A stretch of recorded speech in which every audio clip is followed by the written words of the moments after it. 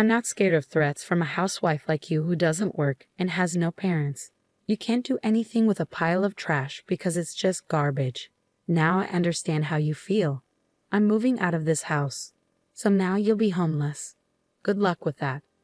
This is a good chance for Larry to leave too. Let's team up to clean up the mess and get rid of the trash. They went to Larry's room and told him to pack up and leave. I was planning to leave on my own, but I didn't expect Larry to get kicked out too. My name is Lauren. I'm 29 years old and I'm a housewife. I recently married a man named David, who's 33 years old, 4 years older than me. At first, I thought he was mature and calm like an older man, especially because he often talked about his mother. I thought he was a good man and cared about his family. But after we got married, I saw my husband's true personality. On our wedding day, my mother-in-law was really kind to me, and I thought we would have a happy marriage.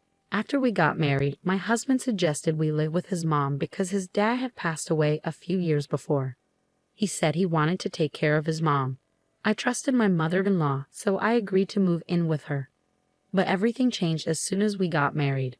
They started telling me things like, "Hurry up, Lauren, bring me tea, and clean the bathroom and toilet quickly." My mother-in-law would yell at me and give me orders like that. Maybe she wanted to scare me, or maybe it was because of her age. She'd call me loudly and make me do all sorts of chores. The biggest surprise was discovering I had a roommate no one had told me about. One morning, I was shocked to find a man I didn't know in the kitchen. I stood there wondering who he was. He noticed me and said, "I'm Larry, David's younger brother." He introduced himself. I had no idea David had a brother, let alone one who lived with us. Larry is 30 years old, the same age as me. I went to my mother-in-law and asked her to introduce me to my brother-in-law. She replied, "Oh, you mean Larry? Don't worry about him. He's like a reclusive ghost." I was taken aback. How could she dismiss her own son like that? She called him a ghost and said she was content with just David. She described Larry as a useless hermit who only went out for shopping and otherwise stayed at home. Her words shocked me. I felt let down by my mother-in-law and couldn't believe how much she had changed since our wedding. It was heartbreaking to see her treat her own son unfairly. Being an only child with no siblings, I couldn't relate to having a brother. If my own mother said such things about me or ignored me, I would be devastated. My parents have passed away, and I envy families who are alive and close-knit. I had hoped that at least parents and children could have good relationships. I asked my husband about Larry when he came home from work. I hoped maybe the brothers could get along, but my husband was distant. He said, "Just leave him be, pretend he's not there. He won't bother you." He said it like it didn't matter, as if he had forgotten to mention it. I was disappointed to hear him refer to his own brother as a ghost. My husband seemed disconnected from his family, just tied to his mother. After finishing my chores for the day, I went upstairs, feeling regretful about my marriage. That's when I ran into Larry, who was heading to the bathroom. "You're married to my brother, aren't you?" Larry said to me. "Yeah, what's wrong?" I replied. "I'm sorry, forget I said anything. But I don't say things lightly. You should consider leaving," he said. "What?" I asked, confused. "I'm sorry, but I think you should get a divorce," he said. I felt offended and confused by how my husband and mother-in-law were behaving. I married my husband because I loved him, so it was shocking that Larry would suggest divorce after just one day. "It's none of your business. I can handle it," I told him. "I'm sorry about that. I tend to be blunt." Larry apologized, bowing his head. His apology seemed sincere, but I wasn't sure. Maybe he was trying to be polite or genuinely concerned. While I was thinking about this, Larry excused himself and went to his room. My mother-in-law and husband described Larry as a strange recluse, but to me he seemed like a decent person who deserved respect. The next morning, as I set breakfast on the table, Larry came down to get a drink. "Good morning, Larry. Why don't you join us for breakfast?" I offered. "Good morning, Lauren. Thank you for inviting me," Larry replied, casting a glance at his mother. "I'm not eating breakfast with him. Just get the breakfast done," she yelled at me. "It's okay," Larry said quickly and returned to his room. I wanted to apologize for my strong words from yesterday, but I couldn't bring myself to do it. "Hey, all you need to do is the housework. Don't do anything unnecessary, okay?" My mother-in-law gave me a stern glare. I was taken aback by her harsh tone. As the new bride, I hadn't expected to be treated like this. My husband's behavior towards me also changed drastically. What the heck? Curry again today? You should have told me beforehand, he shouted. I already had curry for lunch. Why didn't you call me to say you wanted something else? I stayed quiet. He kept yelling, you're not even apologizing. Who do you think you are? Your job is to do the housework, so make sure you understand that. I was shocked and remained silent. David didn't love me. He just wanted a housekeeper. It's awful. How could he be so cruel? I whispered to myself in disbelief. Their calm voices showed they didn't care about me. They just wanted to make themselves comfortable. They were using me. Seeing them laughing and watching TV in the living room, I quietly went upstairs. As soon as I reached my room, tears started streaming down my face. Then a gentle hand offered me a handkerchief. I still think you should leave, said a familiar voice. I looked up, and it was Larry. I'm sorry. I'm so sorry, I managed to say between sobs. I wiped my tears quickly. I'm sorry I used your handkerchief. No, I gave it to you because I wanted you to use it, Larry replied kindly. I overheard what my brother and mother said. I knew it. They're the worst, he continued. When I asked Larry what he meant by I knew it, he confided that he had been in a similar situation before. Curious, I pressed for details. Larry explained that David had promised to marry another woman previously, but just like with me, his mother and David's mistreatment had driven her away shortly before the wedding. Hearing Larry's story brought some relief, showing me that my husband and mother-in-law had acted nice only to avoid scaring away the bride before marriage. I felt trapped and hopeless. How could I have trusted them? But I had no other options. As just a housewife, I couldn't get a part-time job, move out, or rent another place. I didn't know what to do except cry. Then Larry suggested, if we keep talking here, it might raise suspicions. Let's meet at a coffee shop next time, if you'd like. He handed me a piece of paper with his contact information and went back to his room. Determined to leave this house, I knew my struggle for survival was just beginning.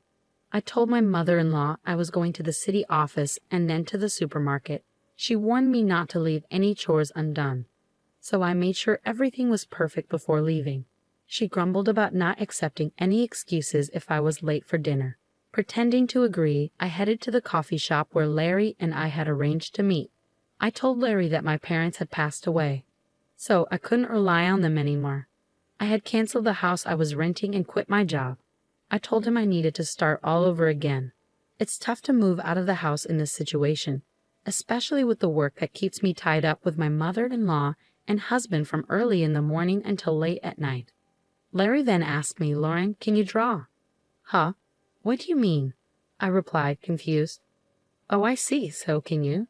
Yes, well, I went to art school before, I said. Really? That's great, he exclaimed. Yes, but how? I asked. Just in time, another manga artist is looking for an assistant. You can do it remotely, Larry said. But I don't have a computer right now, I responded. I'll lend you my computer that I'm not using right now, Larry said kindly. Really? Thank you so much. But why do you have an extra computer? What do you do for a living? I asked curiously. That's nice of you to ask. You don't think I'm just a recluse, do you? No, you speak politely and look well put together, so I don't think that at all. Do you work from home? I replied. Yes, actually, I'm an engineer, Larry said. An engineer? I had no idea. I didn't realize you were a business owner, I exclaimed. Yes, I used to work for a company, but now I have my own business. Running things independently works better for me. We also have web designers on staff. It's a small team, so we handle everything remotely, he explained. I see, that explains why you're always at home. But your mother and David said you're just idle at home. Haven't you told them the truth? I asked. I don't see any benefit in telling those two, Larry replied. Fair enough. But if you're such a capable manager, why don't you leave that house? I wondered. Then, for the first time, Larry shared his thoughts with me. Let's not focus on me. I need to introduce you to the manga artist, he said. Larry immediately made a phone call, and soon a remote interview was scheduled for me. I was set to interview with a manga artist on Wednesday. My mother-in-law usually had lessons during that time, followed by outings with other participants, so I could manage the remote interview then. It seemed I made a good impression because I was hired on the spot. They agreed to send the hiring documents addressed to Larry, considering my situation. Next, we needed to find a place for me to stay. I have a friend who works at a real estate agency. He can help you find a good deal, Larry said. Who is this guy? He seems to have connections, I remarked. Our search for a new place went smoothly, and we signed a lease for a place that suited my needs. Just when things were starting to fall into place, I had an argument with my husband one day. Hey, where's dinner? My husband woke me up while I was sleeping in our bedroom. He seemed a bit drunk, like he had just come home from drinking. Dinner? It's midnight. Besides, you said you didn't want to eat because you were going out for drinks, I replied. Shut up. The king is home, and you don't even get up to greet him. And now you say you didn't make dinner. You're a useless wife. His words made me really angry. Do you have any idea how hard I've been working with your mother for you? How can you act so superior to me? I shot back. That's because you're my wife. A wife should support her husband, and your job is to take care of the house. If you can't do your chores, don't argue with me. A wife who can't handle the housework is worthless, my husband said, just as I heard the door open. My mother-in-law left in an awkward way. You're just like trash. Larry is also trash, and this place looks like a dump, my husband sneered, with my mother-in-law agreeing. Yes, let's get rid of this oversized trash, he added. What did you just say? So, I asked him directly. He opened a drawer and pulled out a piece of paper. This is what I mean. It's divorce papers. You're no longer useful to me. I'm going to find another wife who can replace you. That's why I'm divorcing you. Get out of my house, you disgrace. You think a wife is just a servant. The best wife is one who acts like a housekeeper. You shouldn't speak like that. One day, you might regret it, I replied calmly. What are you going to do about it? I'm not scared of any threats from a housewife like you, with no job and no parents, he laughed. My husband and mother-in-law joined in. Exactly, you're useless. You can't do anything about it because you're just trash. Well, now I understand how you truly feel. I'm leaving this house. I said that and signed the divorce papers. Then I left. I packed my things, placing the divorce papers in my bag. My mother-in-law and husband watched with smirks on their faces. Now you're homeless. What are you going to do? It's none of our concern anymore. Good luck, homeless lady. Oh, and as for Larry, it's a good opportunity for him to leave too. Yeah, let's clean house and make this place bigger and more comfortable once he's gone. My husband and mother-in-law were already discussing their plans after kicking us out. Then they went to Larry's room and told him to pack his things and leave. I had already decided to leave, but I hadn't expected them to kick out Larry too. I felt some regret for letting my emotions get the best of me and fighting with my husband. I'm sorry, Larry. This is my fault, I said. No need to apologize, Larry replied. I've realized I can't live with him anymore. Plus, I have other interests. Maybe it's fortunate we had that argument, he smiled. It seemed Larry wasn't upset about leaving, which eased my mind a little. 5 days later, on Wednesday, while my mother-in-law was out of town, Larry and I called a moving company and left. After finishing our move, my mother-in-law called my new place. Don't worry, we're already gone, I assured her. Larry came with you, right? She asked. Yes, we moved out together. I'm relieved I won't have to see you two anymore, she said happily before hanging up. But what she didn't know was that Larry and I had been planning our revenge. With Larry's help, I managed to move out and start a new life just in time. I received a substantial settlement from my husband in the divorce. Larry had recorded what my husband and mother-in-law said during our fight, which was considered harassment and helped prove their fault in the divorce. This enabled me to claim a significant amount of money as retribution against my husband. Larry's friend, a lawyer, assisted me in securing alimony. My husband was shocked but ultimately accepted the settlement. I was deeply grateful to Larry for his support and decided not to dwell on it further. A few days later, I received numerous phone calls from my ex-mother-in-law. It felt like a nightmare come true. Realizing I had forgotten to block her number, I reluctantly answered the phone. Lauren, where are you? She demanded. There's no way I'm telling you that. We're strangers now, I replied firmly. Please don't say that, she pleaded. I'm calling because, where is Larry? She asked. Huh? Why are you asking about Larry? I responded. I've been trying to reach him, but I can't get in touch anymore, she explained. That's too bad. Maybe he doesn't want to talk to you anymore, I retorted, trying to provoke her. Then someone else grabbed the phone. Don't play games. You moved out together. You must know where he is, they insisted. You're all ridiculous. I knew exactly where Larry was, but I wasn't about to tell them. I honestly don't know. You'll have to find him on your own, I replied. Where are you anyway? You have no home, job, or place to go. If you're willing to beg, maybe I'll let you return, but only as my housekeeper, she sneered. I'm not coming back to you. I have a job and a place to live. I'm moving on, I shot back. That's a lie, she yelled. My ex-husband was shocked, not knowing I could settle everything so quickly. I didn't bother correcting him.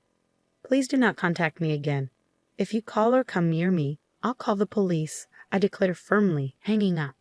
I promptly blocked my ex-mother-in-law's number, having already blocked my ex-husband's. They seemed panicked, realizing something important. They thought my father-in-law had left them a large inheritance, but it turned out that Larry had been regularly sending money to his mother's account. My mother-in-law had always seen Larry as lazy and without a job, so she couldn't believe it when the bank stopped the monthly transfers after he was kicked out. It was only then that they realized who had been supporting them financially, but by that point, it was too late. Larry had already cut ties with his mother and brother. My ex-husband couldn't afford alimony without the money from Larry, and my ex-mother-in-law relied on those monthly transfers. Now that the money had stopped, she was facing financial trouble. They both got what they deserved, and I don't feel sorry for them at all. By the way, Larry bought a nice apartment in New York and is living comfortably there. Why was he so well off? Why did he send money to his parents all those years? It was because he made a promise to his father. Unlike his mother, Larry's father loved him deeply. Despite the mistreatment from his mother and brother, Larry stayed true to his father's wishes. His father had once told Larry, even if you don't always get along with your mother and brother, they're still family to me.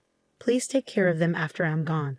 Honoring this promise, despite facing mistreatment, Larry quietly sent money to support his mother and brother. It's heartbreaking that they kicked out such a kind-hearted person like Larry without knowing the truth. I met Larry once after we moved out. He explained his commitment to his father's wishes, and I fully understood and respected his decision. He was my savior after the betrayal by my husband, and I consider him a significant person in my life. I wish him all the happiness. 2 years later, Larry proposed to me. He asked for my hand in marriage, but that's a story for another time. It's unfortunate how someone kind can change so drastically after marriage. It's like a marriage scam, isn't it? Fortunately, my brother-in-law is a dependable person, and now I'm happily married to him. Despite the challenges, I've found peace and happiness. I hope these happy days continue. Thank you for following along until the end. If you enjoyed this story, please subscribe to our channel. See you in the next video.